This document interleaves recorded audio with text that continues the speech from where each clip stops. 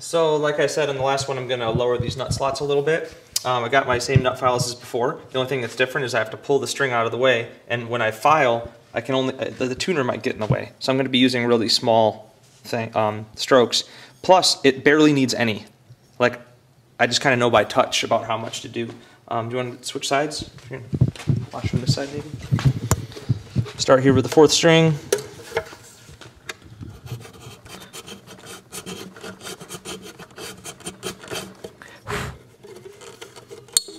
And then I'll just go by touch, like we were talking about before. A little bit more.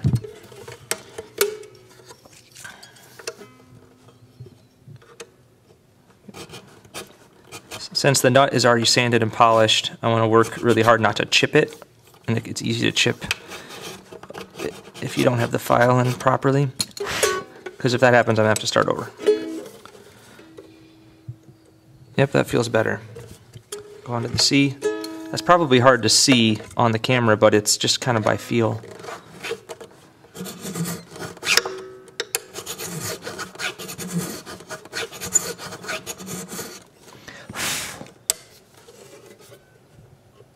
Yep, that's better. Switch to my 7 file.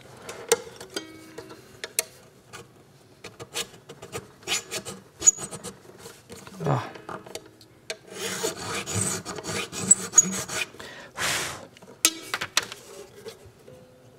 Yep, that one's good. And then my 6. The numbers he's giving you are actually tenths of a millimeter, so this file that we use for the A is 0.6 millimeters. The E is 0.7, and the C and G are 0.8. I'm going to do a little more on that one. After this, I will have to recheck for buzzing. If I took one of these too low, it'll buzz against the 1st fret.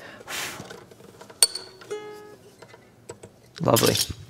Okay, and then while you stay there, Gordon, because then I'll quick take this abrasive cord, and this kind of polishes the bottom of the nut slot.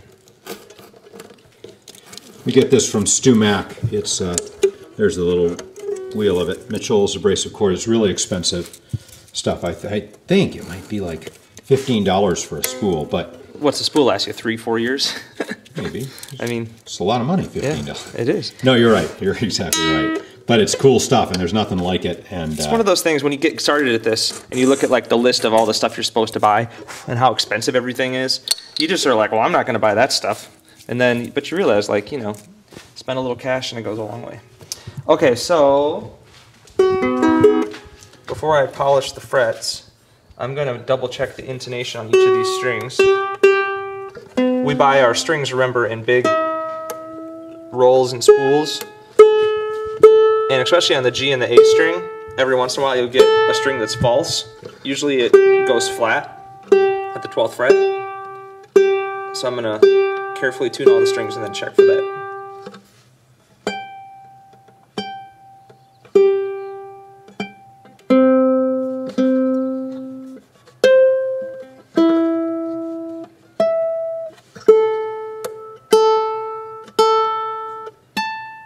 Good.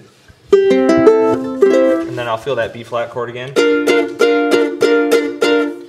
People often think that the only thing affecting the playability of an instrument is the string height, and obviously that's really important. But the neck shape, the neck width, whether the fretboard's radiused or not, how careful the fretwork is, the way this is cut, the way the sides of the nut is cut, the shape of the neck, all of it adds up. I actually even prefer on my instruments, I love the old-timey V-shaped necks, and some people can't play them.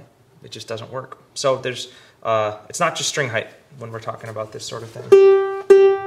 So that's set. I'm happy with everything. I need to loosen the strings quick and polish the frets. So what I'm going to do is... We don't want to do that on the next one. We're 4.5 into this one. Let's do that. Mm-hmm. Okay. And I think we need to just come back to one thing. In the previous video, you talked about the action at the 12th being 85, and maybe you would need to lower it, but then you... But I lowered it at the nut slots, so actually let's double check it. I was going to do that again anyway. Yeah, see now it's a lot... that looks like 80 to me. You know, before it was just a touch higher.